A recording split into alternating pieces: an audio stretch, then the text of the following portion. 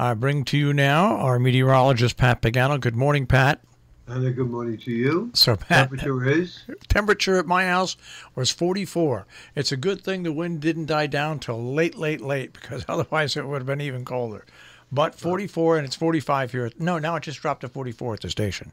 Just down to 44 at the station. Which is pretty much what we thought. That's exactly it. You got it. You nailed it, Pat. You nailed it. But it is 39 at Pittsfield this morning. God bless Pittsfield. Yeah, 39 at Pittsfield.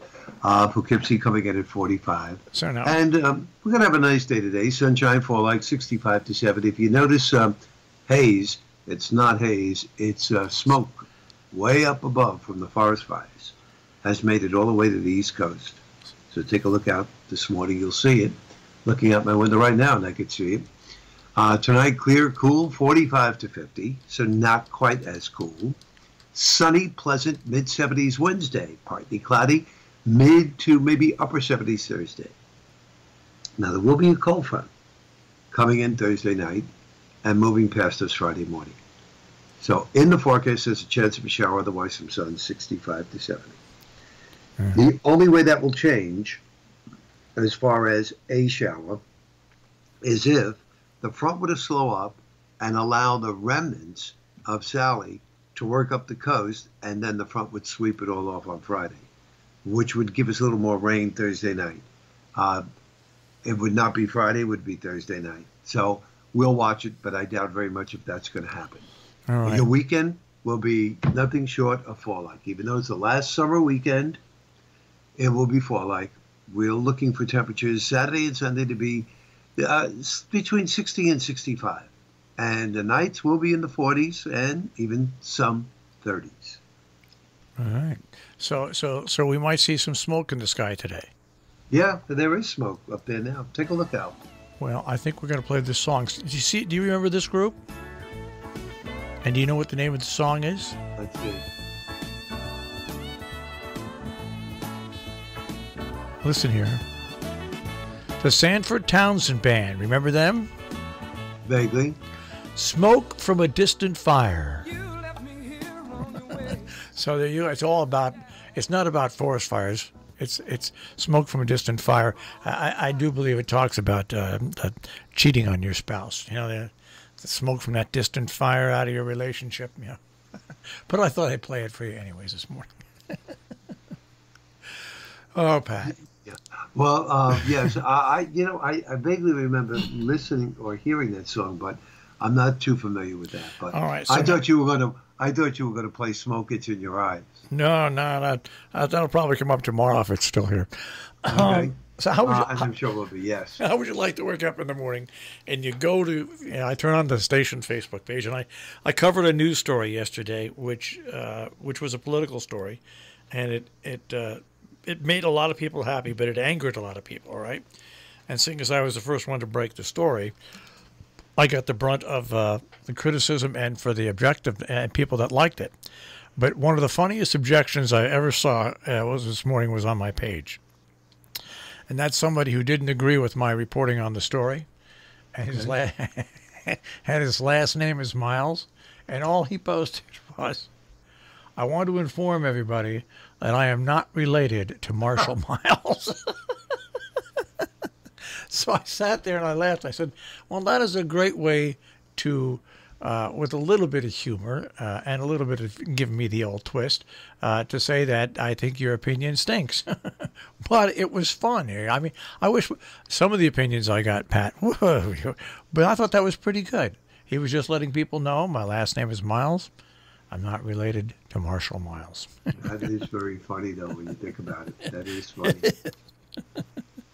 Well, it's a good way of doing it. Very tactful. Hey, you know, and actually classy. I just, like I said, I got a laugh out of it. Yeah, why not? I should tell you. Maybe I shouldn't tell you. Tell me. Tell me. Like a dope I am.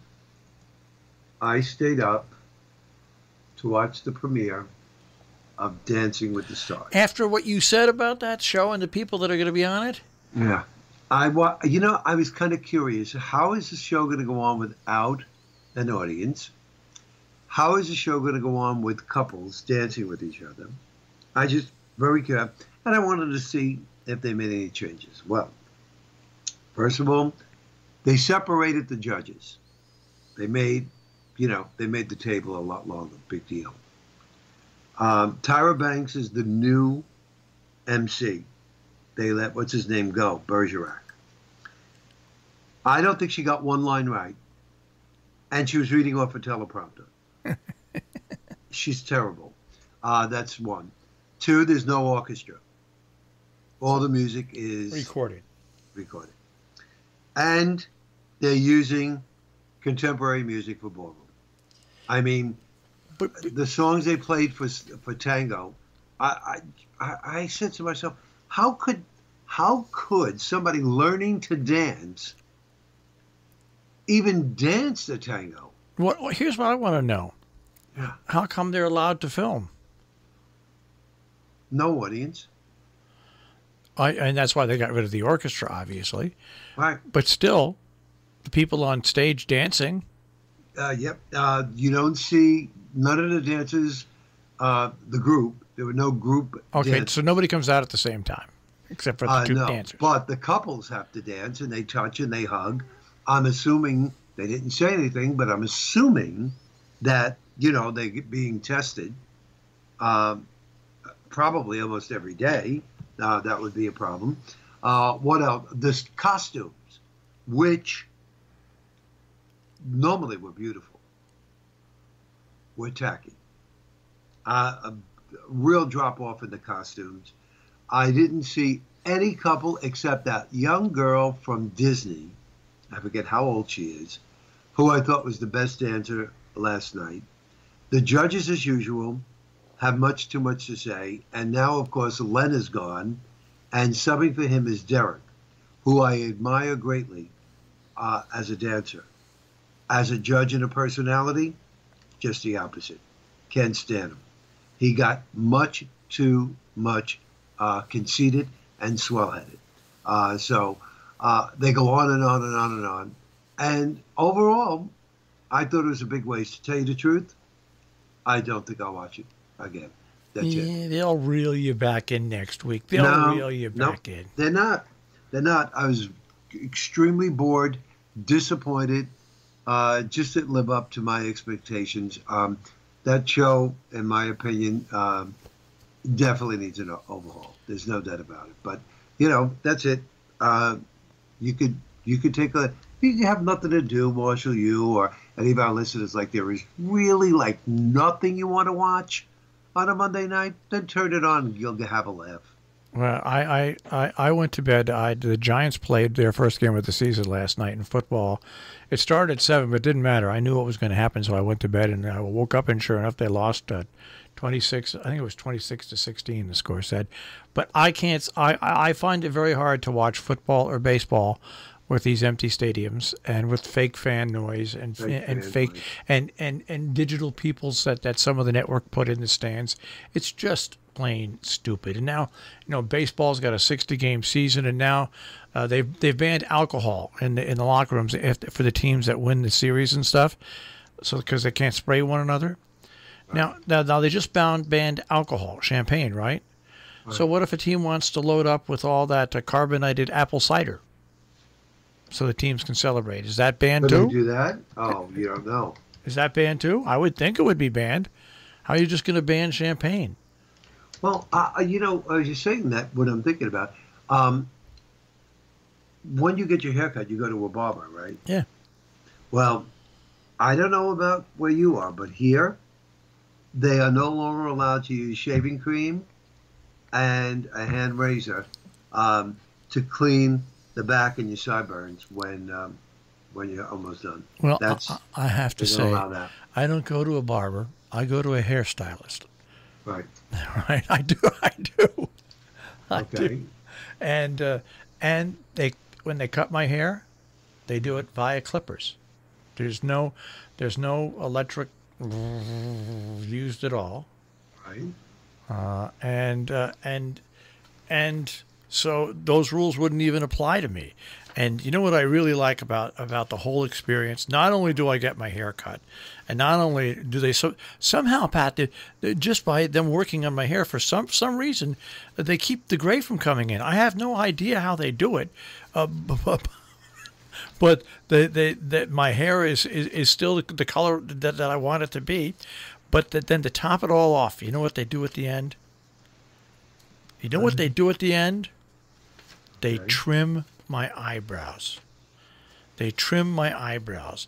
And that was one of the things when I was a kid, and I used to go with my father. My father used to have all these friends. They had the biggest god darn eyebrows, the bushiest eyebrows. Oh, because they trim it all the time, yeah. No, but they didn't trim it enough. And you see these, it looked like big giant earthworms on their face. But no, I get all that done.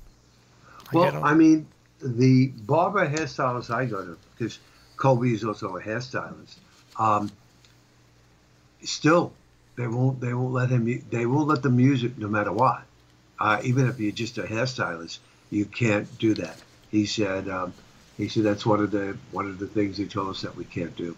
I don't understand it, but I'm thinking along the lines of what maybe if they use a hand razor and they cut the client blood. I don't know. I don't know the reason for it.